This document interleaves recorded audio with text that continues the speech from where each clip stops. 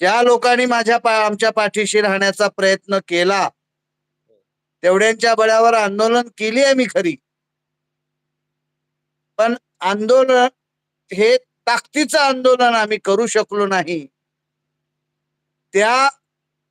त्याचं अपयश हे आमचं नेतृत्व आहे. माझं नेतृत्व आहे. मी बाकी इतर नेतृत्वाबद्दल बोलत. मी अपयशी ठरलो. तुम्हाला मी जागृत करू शकलो नाही. मी महाराष्ट्र फिरला खरा, पण तुम्ही माझ्यावर विश्वास ठेवला नाही किंवा माझ्यावर तुम्हाला विश्वास ठेवावा वाटला नाही. त्यामुळं प्रयत्न केला खरा, पण त्या प्रयत्नाला तुम्ही प्रतिसाद द्याल अशा पद्धतीचं विश्वास आम्ही संपादन नाही करू शकलो. आम्ही तुमच्या विश्वासास पात्र नाही ठरू शकलो. त्यामुळं मी सर्व प्रशिक्षित बांधवांचं जे काही योगदान एवढे दिवस त्यांनी दिलं, त्या योगदानाबद्दल माझ्याकडे शब्दच नाहीत त्यांच्याबद्दल बोलायला. कारण काही प्रशिक्षणार्थ्यांनी खूप ताकदीनं लढा दिला. बरोबर. पण आपल्या देशामध्ये लोकशाही आहे. लोकशाहीमध्ये डोके मोजली जातात. तुमच्या डोक्यात काय आहे हे बघितलं जात नाही. आणि पुन्हा वरचेवर आपल्या आंदोलनाला ग्रहण. नेतृत्वामध्ये समन्वय होता. नेतृत्व काही महिन्यापूर्वी नेतृत्वात विसंवाद होता, पण आम्ही नेतृत्वामध्ये संवाद ठेवला, आमच्यात सुसंवाद ठेवला. पण कालांतरानं प्रशिक्षणार्थ्यामध्ये नेतृत्वाची चढाओढ लागली. ज्याच्या पाठीमागे 5 प्रशिक्षणार्थी पण नाहीत असा राज्याचं नेतृत्व करू लागला. आणि या चढाओढीमध्ये संघटन होण्यापेक्षा विघटनच जास्त झालं.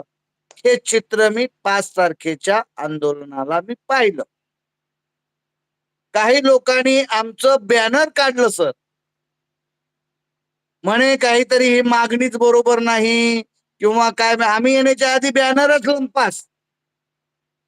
अरे आंदोलन कोण करतो? महाराष्ट्रामध्ये मी फिरतो, महाराष्ट्रामध्ये जनजागृती मी करतो, सगळे प्रशिक्षणार्थी त्या ठिकाणी गोळा करण्याचा प्रयत्न करतो.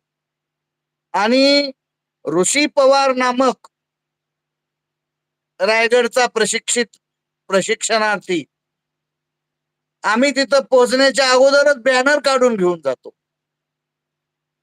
मी बॅनर कुठे आहे म्हणून म्हटल्यानंतर अर्धा तास लागतो ते बॅनर सापडायला. ठीक आहे, बॅनर आलं, बॅनर लावलं. त्या दिवशी आम्ही सांगितलं होतं की जेल भरो आंदोलन करायचं.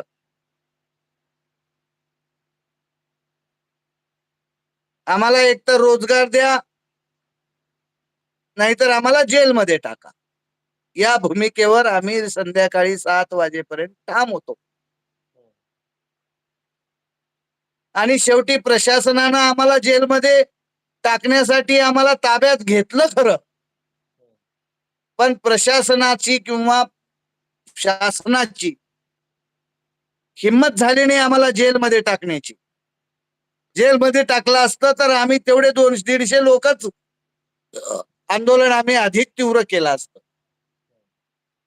पण प्रशासनानं त्या प्रशिक्षणार्थ्याला तिकडं कुठंतरी दूरच्या स्टेशनला मानखुर्दला वगैरे तिकडे घेऊन गेले आणि मला विनंत्या करू लागले, हात जोडू लागले. साहेब म्हणले तुम्ही आंदोलन जेल भरोचं ठीक आहे, पण आता आम्ही तुम्हाला जेलमध्ये टाकणार नाही, आम्हाला जेलमध्ये टाकता येणार नाही आणि तुम्ही आंदोलन आणखी पुन्हा तीव्र करा. कशाचं तीव्र करा? संख्याच जमत नाही, आता तीव्र कशाचं करा?